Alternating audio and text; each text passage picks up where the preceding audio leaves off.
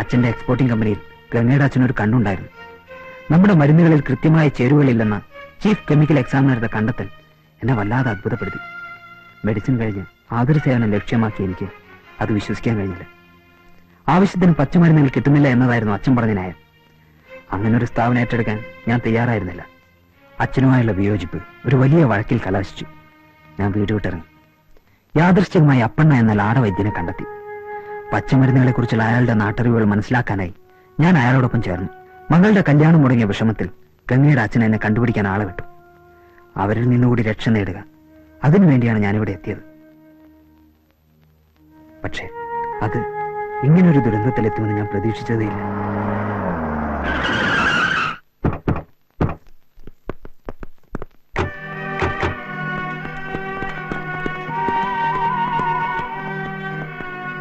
കൊള്ളാമല്ലോ, നീ ഇവിടെ ഒന്ന് സൂചിച്ച് ജീവിക്കല്ലേ.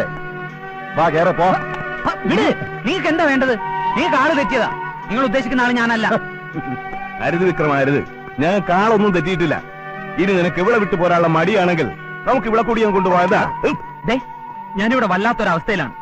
നിങ്ങൾ വെറുതെ പ്രശ്നം ഉണ്ടാക്കരുത്. അങ്ങനെ പറഞ്ഞാൽ എങ്ങനെ വിക്രമ? നീ ഇല്ലാതെ ഞങ്ങൾക്ക് പോകാൻ ഒക്കൂലല്ലോ.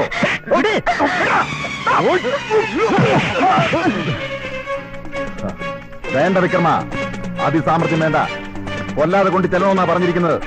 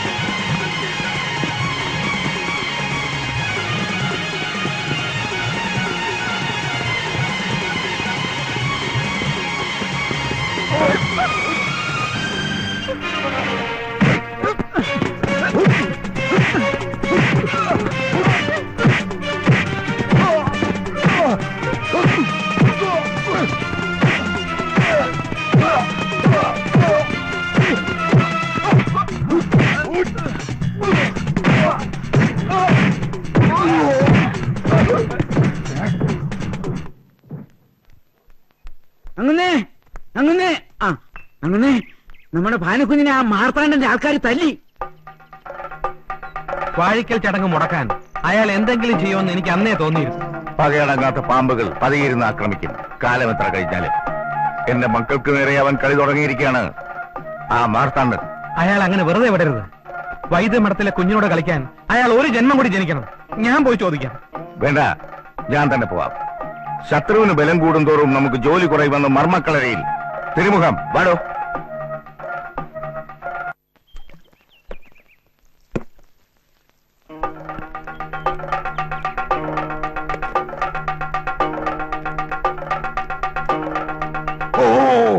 പറയണം.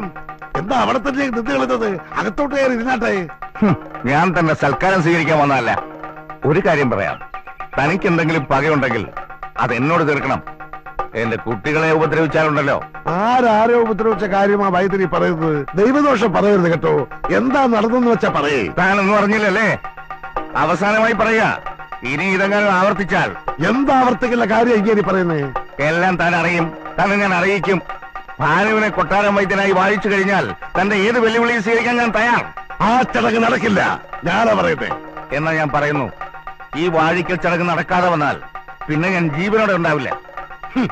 എങ്കിൽ എന്റെ സ്ഥാനം, എന്റെ വൈദ്യമഠം എല്ലാം നിനക്ക്. ഇത് സത്യം. വാ.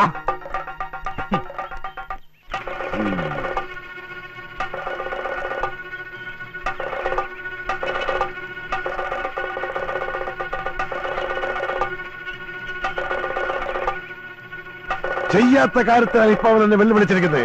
അവനെ ഞാൻ വെറുതെ വിടില്ല. ഇനി കൈവിട്ടിട്ടുള്ള കളിയാ, 2 കൈയും വിട്ട കളി. ഈ മാർത്താളിനെ ഭഗീരഥൻ ശരിക്കും അറിയാൻ പോകുന്നു. പറയണം, എന്താണ് ആ കളി? കാണാൻ പോകുന്ന പൂര കേട്ടറിഞ്ഞതിനാ. അവരിപ്പോ എത്തും, ഭാനുവിനെ പൊക്കും. നിങ്ങൾ അതിനുള്ള സഹായം ചെയ്തു തന്നാ മതി.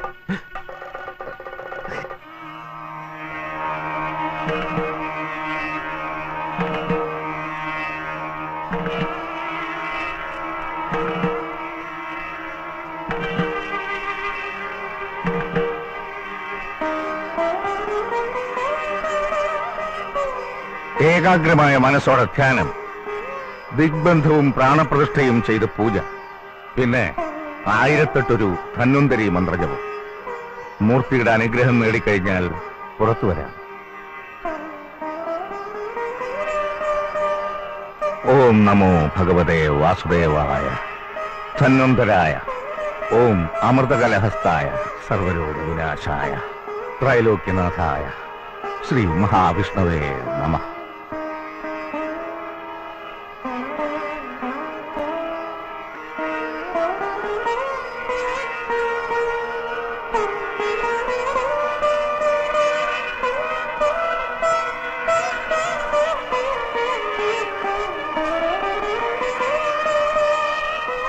ചെല്ലേ.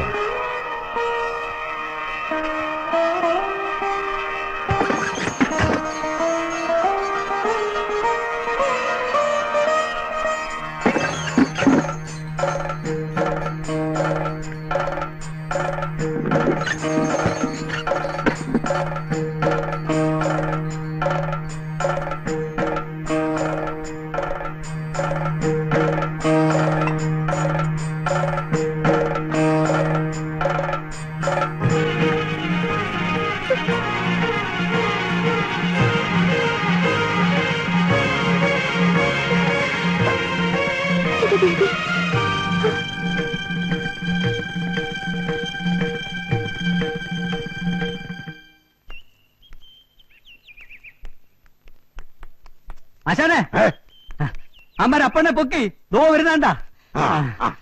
മുറുകെ പിടിച്ചോ, ഓടും. ആരായോണ്ട് കൊണ്ടുവന്നിട്ടുണ്ട്. ഒന്ന് നല്ല പോലെ കാണട്ടെ. മാല, വാച്ച്, മോതിരം, തലേക്കെട്ട്. എടാ കള്ളലാടാ, നീ കുറെ നാളായില്ലേ ആ ഭഗീരഥന്റെ മച്ചുനായി വിലസാൻ തുടങ്ങിയിട്ട്. നിനക്ക് ഞാൻ വെച്ചിട്ടുണ്ട്. വാ.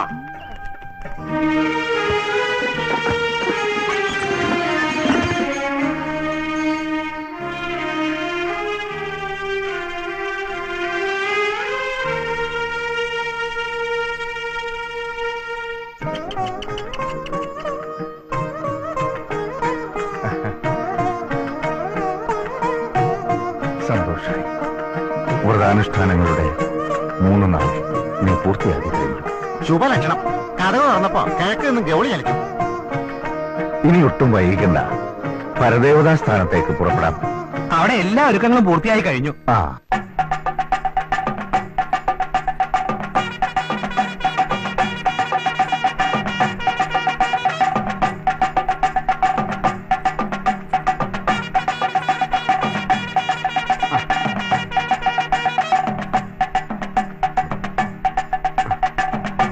പൂജ തുടങ്ങല്ലേ?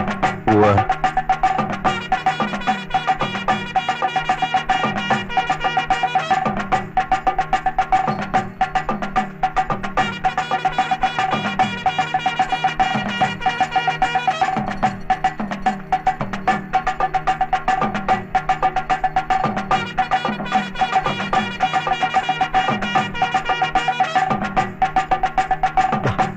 അമ്മേ ശരി.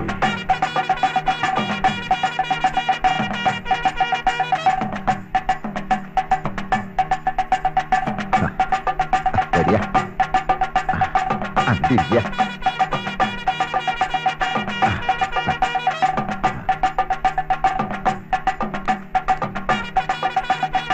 ഇനി വൈകണ്ട, മുഹൂർത്തായി.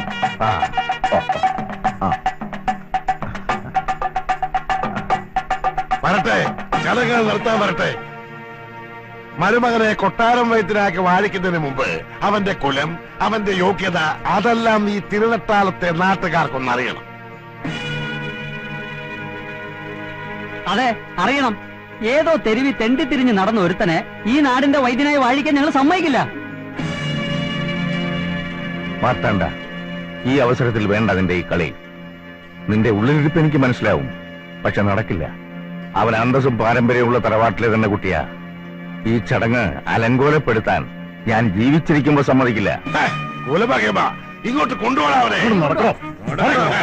നിൽക്കുന്നു തന്റെ കുലമകയുള്ള മച്ചമ്പി, തന്റെ മരുമകന്റെ തന്ത. സംശയമുണ്ടെങ്കിൽ തന്റെ മരുമക്കളോട് ചോദിച്ചു നോക്ക്.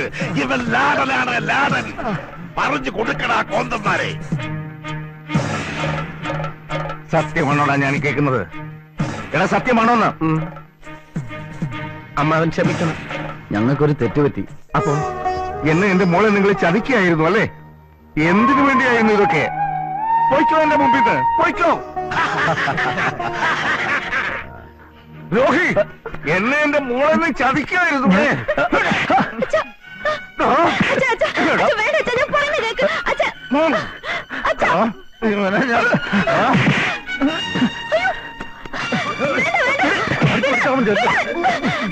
എന്റെ ഭർത്താവിനെ തൊട്ട് പോരുത്. തെരുവിൽ നിന്ന് വന്നവരാണെങ്കിലും എന്റെ കഴുത്ത് താഴെ കെട്ടിയ ആളാ. നിങ്ങൾക്കൊക്കെ തല്ലാനും കൊല്ലാനും ഞാൻ വിട്ടു തരില്ല. തെരുവിൽ നിന്ന് വന്നവനാണ് എന്റെ ഭർത്താവെങ്കിൽ തെരുവിലേക്ക് അദ്ദേഹത്തോടൊപ്പം പോകാൻ ഞാൻ തയ്യാറാ. അഴിച്ചു പൊളിക്കണ എല്ലാത്തിനെയും.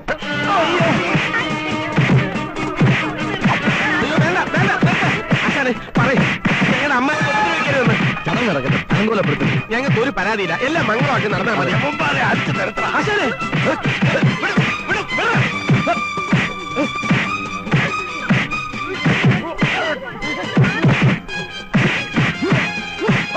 എന്നെയാണോ വിട്ടി? അങ്ങോട്ട്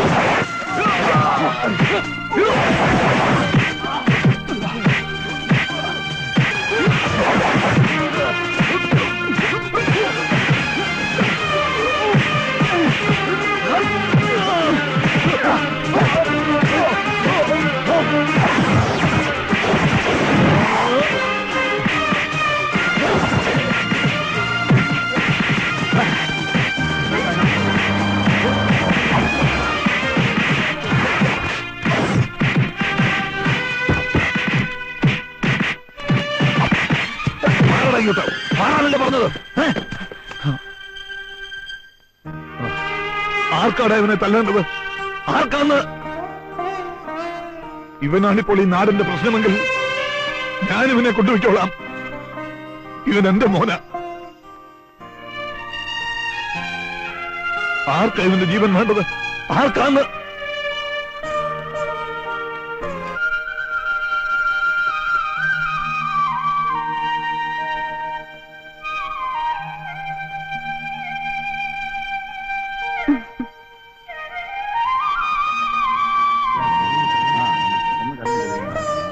നാം എന്ത് കൂട്ടിയാലും കിഴിച്ചാലും നമ്മുടെ ഉത്തരം ശരിയോ തെറ്റോ എന്ന് തീരുമാനിക്കുന്നത് അന്ത ഇരൈവൻ താൻ.